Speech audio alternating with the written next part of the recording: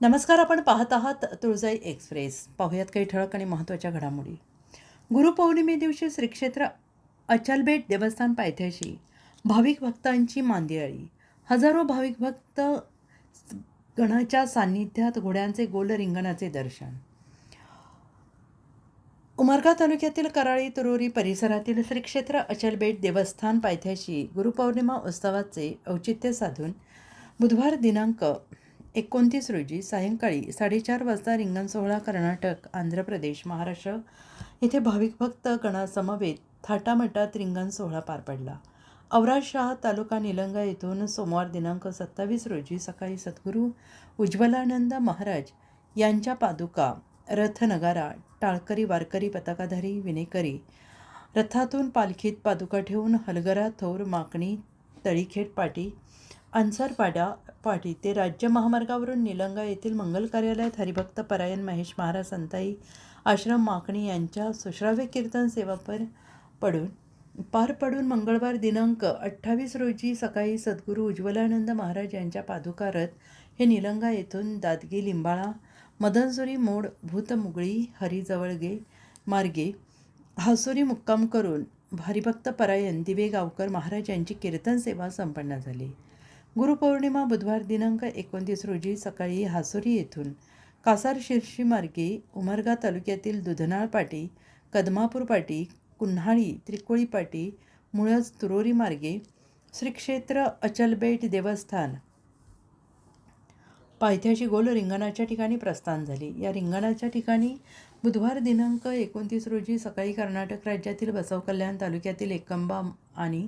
महाराष्ट्र मळगीवाडी येथील भाविक भक्त गणासमवेत तालुक्यातील आष्टा जहागीर येथील संत योगी दामोदर मठ संस्थान येथे आगमन होता क्षणी संत योगी दामोदर मठ संस्थानचे मठाधिपती 1008 महंत अवधूतपुरी महाराज यांनी सद्गुरू उज्ज्वलानंद महाराज पालखीचे यथोचित स्वागत करत भाविक भक्तांना महाप्रसाद भोजनाचे वाटप करण्यात आले. तदनंतर जानवचंदवाडी, फुलदरवाडी या 4 गावातून हजारो भाविक भक्तांच्या उपस्थितीत पालख्यांचे आगमन तुरोरी येथे संगम झाले. एकूण 5 पालखींचे आगमन झाल्यानंतर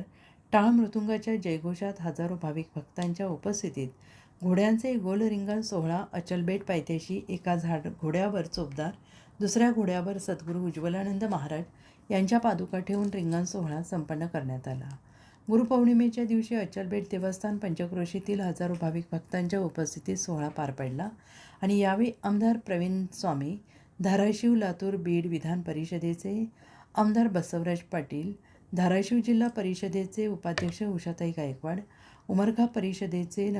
नगराध्यक्ष किरणभैया गायकवाड, जिल्हा परिषदेच्या सदस्य अर्चना जाधव, हरिभक्त परायण भीम महाराज, हरिभक्त परायण हरी महाराज लवटे, पंचायत समितीचे सदस्य तुकाराम भैया जाधव, कृषी उत्पन्न बाजार समितीचे सभापती बसवराज कस्तुरे, माजी पंचायत समिती उपसभापती युवराज जाधव, सरपंच मयुरी जाधव, माजी उपसरपंच पंडित शिंदे, पत्रकार बालाजी माणिकवार, तंटामुक्ती अध्यक्ष पवन जाधव, पंचायत समितीचे सदस्य दगडू मोरे, योद्धा फाउंडेशनचे प्रदीप जाधव, ज्येष्ठ नेते अशोक कारभारी, राष्ट्रवादी काँग्रेसचे नेते प्रताप तपसाळे, पंच संजय जाधव, नितीन जाधव, माजी सरपंच ज्ञानेश्वर पाटील, माजी सरपंच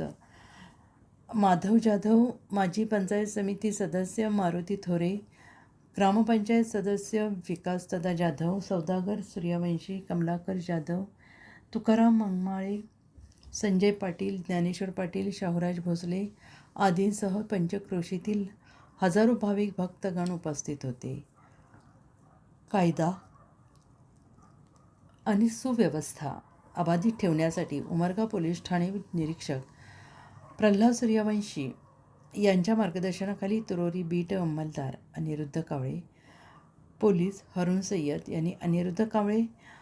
यांनी चोख बंदोबस्त ठेवण्यात आला होता. तुळजाई एक्सप्रेससाठी प्रतिनिधी आदिनाथ भालेराव, उमरगा, लोहारा.